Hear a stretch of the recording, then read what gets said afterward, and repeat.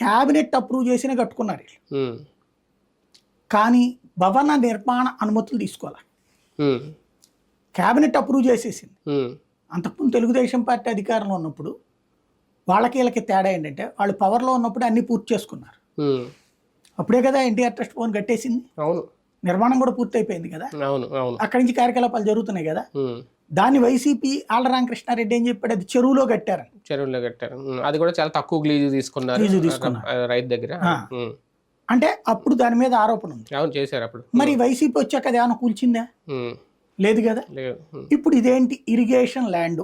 ఉమ్, irrigation ఎవరి కోసం ఇద్దాం అనుకుందంటే ఏదో ఫిషర్మెన్కి ఇద్దాం అనుకుంది అక్కడ, ఉమ్, దాన్ని వీళ్ళు మార్చేసుకున్నారు అన్నటువంటి. ఉమ్, అసలు లాజిక్ ఏంటంటే అది ఈ మాస్టర్ ప్లాన్ ఉంది కదా, ఉమ్, మాస్టర్ ప్లాన్లో seed access road main point అది.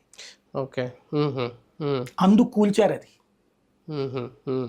నెంబర్ 1. రెండోది, మాస్టర్ ప్లాన్ లో ఉన్నది అక్రమ నిర్మాణం ఎలా అవుతుందా? అంటే మాస్టర్ ప్లాన్లో రోడ్ అది, రోడ్డు. ఓకే.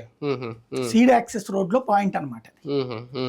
అది అట రోడ్డు పాయింట్ ఉన్న స్థలంలో వీళ్ళు కార్యాలయం కట్టేశారు. అదే అంటే రోడ్డు తర్వాత ఇది చేయాలి కదా, ఎక్స్టెండ్ అవుతుంది.